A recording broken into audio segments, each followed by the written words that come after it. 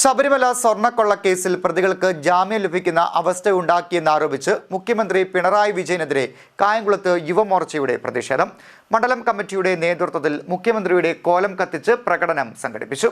ശബരിമല സ്വർണ്ണക്കൊള്ളക്കേസിൽ പ്രധാന പ്രതികളെ അറസ്റ്റ് ചെയ്ത് 90 ദിവസം കഴിഞ്ഞിട്ടും കുറ്റപത്രമോ താൽക്കാലിക കുറ്റപത്രമോ സമർപ്പിക്കാത്തതുമൂലം പ്രതികൾക്ക് ജാമ്യം ലഭിക്കുന്ന സാഹചര്യം സൃഷ്ടിച്ച ആഭ്യന്തര വകുപ്പ് ഭരിക്കുന്ന മുഖ്യമന്ത്രി പിണറായി വിജയൻ രാജിവെക്കണമെന്ന് ആവശ്യപ്പെട്ടുകൊണ്ട് കായംകുളത്ത് യുവമോർച്ചയുടെ പ്രകടനം.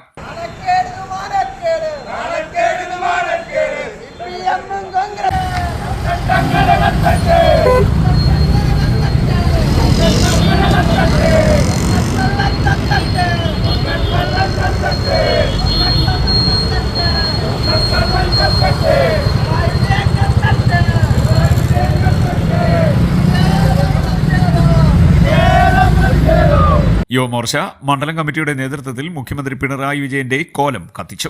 യുവമോർച്ച കായംകുളം മണ്ഡലം ജനറൽ സെക്രട്ടറി കാർത്തിക് നേതൃത്വം നൽകിയ പ്രകടനത്തിൽ യുവമോർച്ച ആലപ്പുഴ ജില്ലാ സൗത്ത് ട്രഷറർ അനൂപ് കോട്ടഗിരി ഉദ്ഘാടനം നിർവഹിച്ചു. യുവമോർച്ച ചെട്ടുകുളങ്ങര മണ്ഡലം പ്രസിഡന്റ് സിദ്ധാർത്ഥ്, കായംകുളം മണ്ഡലം സെക്രട്ടറി അരുൺ, വിജിത്ത്, യദു, അശ്വിൻ, സൂരജ്, കിഷോർ, അമ്പാടി, അഭി തുടങ്ങിയവർ പങ്കെടുത്തു. CDNet news, Kayamkulam.